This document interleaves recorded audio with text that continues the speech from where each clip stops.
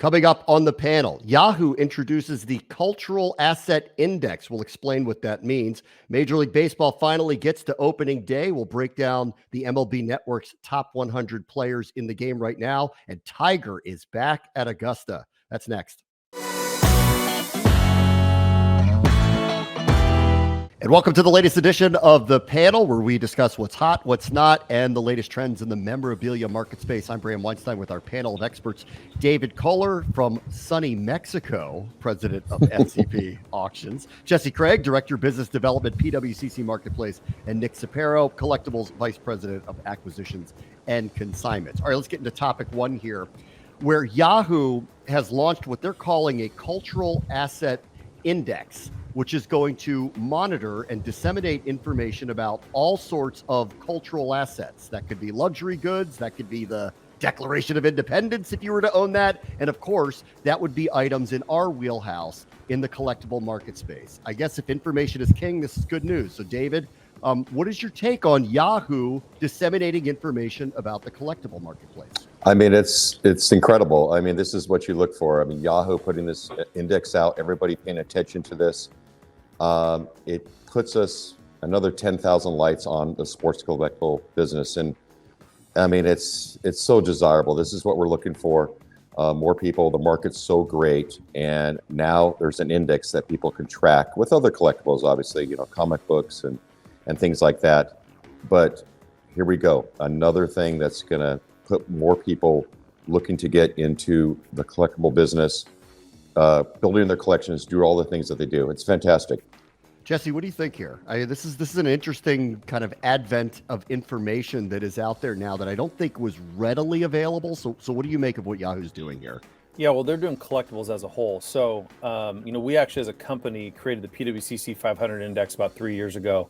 And, that index compared the top 500 trading cards to the S&P 500. So we love indices. We love comparing it to the stock market.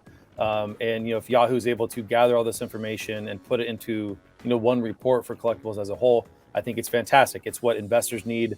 They need clarity, they need information.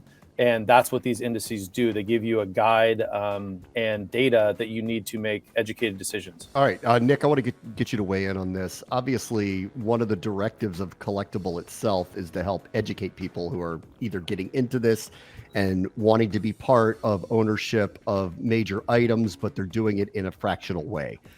How can this type of index help? I just think overall it's more exposure. I mean, that's the biggest thing I see here. I mean, the biggest selling point for me was more exposure within the collectible market. I think most people, even though it's a general, about collectibles as a whole, I just think for our market as a whole, it's more exposure. It's more people coming in. It shines light on, the potential investments that you can make and the potential investments being made right now. And that's very important. David, are you seeing a correlation of more exposure equals prices going up, or does it not work that way? I mean, eventually it does, of course. Again, it's all about more collectors coming into the market, understanding what this all is.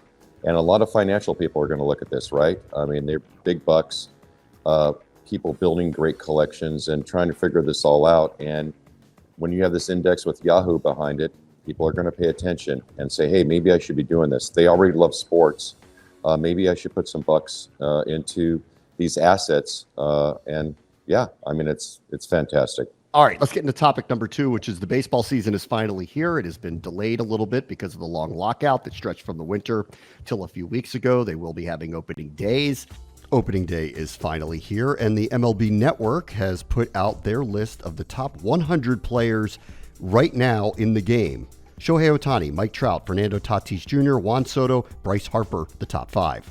All right, Jesse, let's just start with lists in general of what that means for the hobby when you start anointing people certain rankings. It means nothing.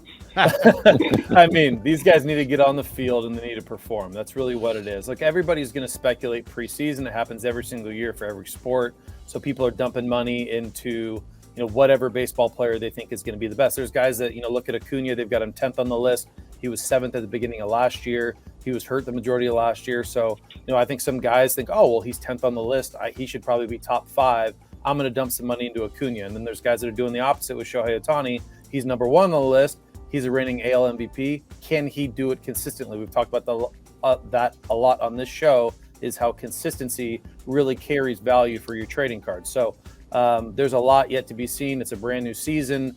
It's baseball. Injuries happen. So we'll see how it all plays out. Okay, Nick, what do you think here? What do you make of this list? Does it change your mind about anything or move the needle for you? This list means absolutely nothing. I mean, the two top guys, are they really on a playoff team? I mean, let's be frank. The Angels, I haven't been relevant in the postseason, pretty much ever. So, until that changes, this list does really nothing for me.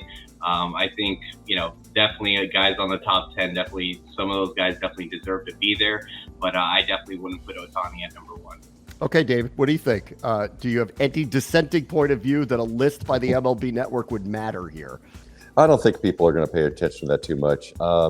Certainly maybe top 10. Some people will listen to that and, move that into the sports collectibles and their collections. Maybe something like the top 75 NBA list, people would pay more attention to.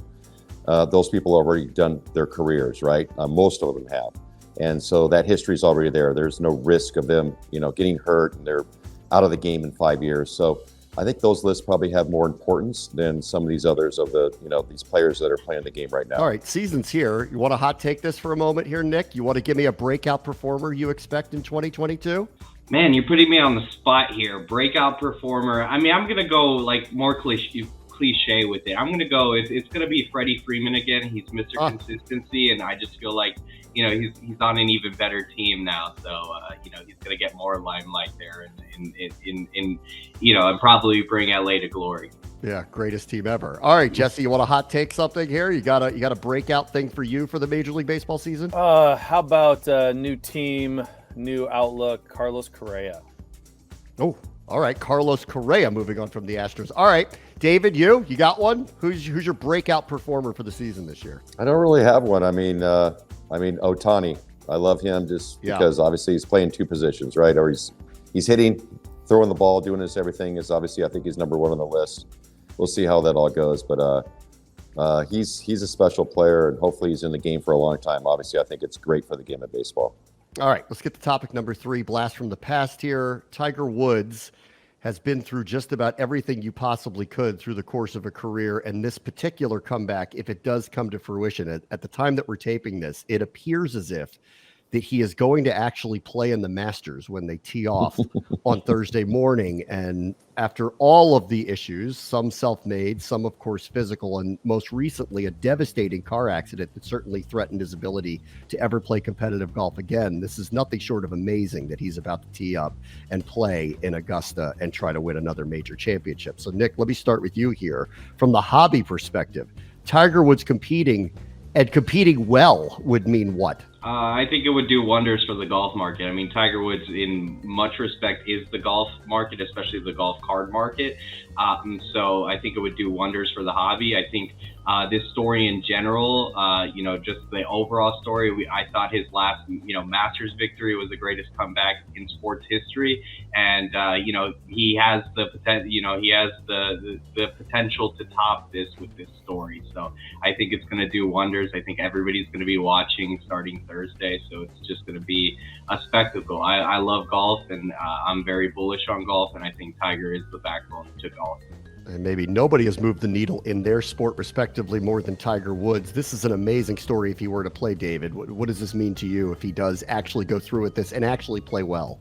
I mean, obviously, Augusta is going to be hard on him in regards to walking the course and the terrain there and this and that. But it's great for the game, right? We all know that. Tiger Woods playing in this, doesn't matter how well he does. If he plays, it's going to be great. A lot of attraction, great for the sport.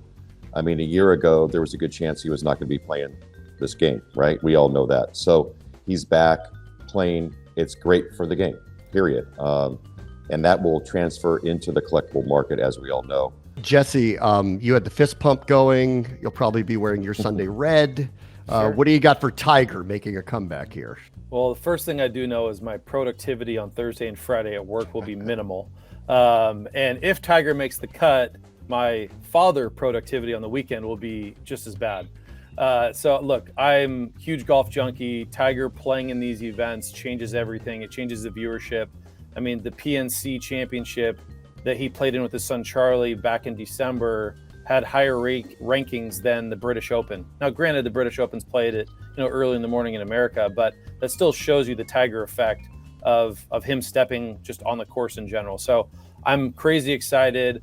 Expectations are low. It'll just be great to see him back out on a golf course again. But one thing I will say is Augusta is not a crazy long course. So someone with the experience that Tiger has at a place like Augusta, him making the cut isn't out of the question. Final word time. It is dealer's choice. David, let's start with you. What do you got this week? I'm going to go back to, again, results, what's going on lately. Last week, we had a T206 tobacco card, Hannes Wagner, in a 1, just sold for $3.1 million. It's crazy. It was Charlie Sheen's. It had some notoriety behind it, had some pedigree, All-Star Cafe stolen. Yes, great story. But a 1 just sold for $3.1 million. And a Doyle T206, a variation that a lot of people don't even know what it exists, just brought $1.1 million. Again, these record numbers keep happening, and it's amazing. We'll send Yahoo a note, let them know that occurred. All right, Jesse, what do you got? Final word. I'm going to stick on the golf theme. Obviously, Masters weekend. We in our premier auction have a really cool lot. Speaking of Tiger Woods, it's 81 of his 82 tickets from all the tournaments he won. So he has 82 wins on the PGA Tour, and we have a lot right now of 81 of the 82 tickets. So very cool piece. I actually, when I saw it all laid out, it was unbelievable.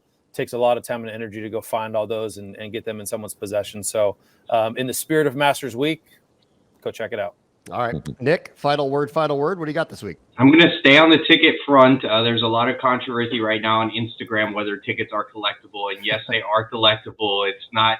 This isn't. This isn't a fad. They've always been collectible. Just there's a lot more exposure on tickets, and the prices have gotten next level on tickets. But tickets have always been collectible. Will always be collectible, and it's a market here to stay. And I think that Tiger offering that Jesse has in the auction is absolutely stellar. I'm looking for the one missing piece to try to make a mint on the missing piece. All right, final word poll question for the experts here. If you were a fan of the North Carolina Tar Heels and they just knocked out Coach K at his last game at Cameron and beat him in the Final Four in what was his final game, we assume he's not going to come back, but didn't win the championship, would you want something commemorating that team, or would you prefer something from an actual national championship team? Because I think I want this one that just occurred if I'm a North Carolina fan. Personally, I'd go for the national championship. I see the argument because they were an 8 seed. It was very unexpected. They beat Duke in the Final Four, but man, they didn't win at all. How could it not be better than that, though? Beating He didn't win at all. No. Are you in to win championships or what? National championship or bust. Everything else doesn't matter. No one remembers the losers in the Super Bowl, the World Series, the NBA Finals. They don't.